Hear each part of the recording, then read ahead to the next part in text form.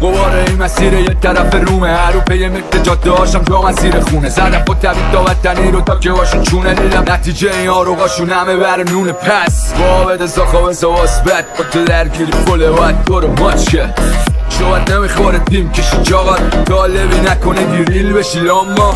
یارو نکشیده سرد و گرمی اهداف قربی شیر شده خرب و تلقین، ولی بدون ته بازی شمه پشنه دلو کی بشه که بکنی من تو تنت. میخوریم افسوس سلک دشت میاد دست موس فلک، دشمن ها هر روز شدک میدیم تو نون روش نمک. پس آفا جف نگیرد دست کنم جیبم میشه خرج دیت. سوخ میدی بیای لشگریه این به گنگ پره انگو خودت.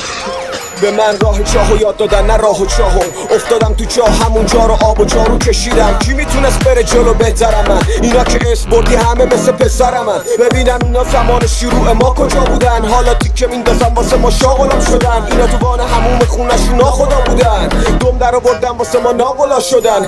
این همه سال کارو بینم کلید، اینا میخوام بگم این زیر زمین اینم کلید. میکروفون تو دست تو یعنی اتم دست داعش، بهتره که این کلید بمونه دست صابش.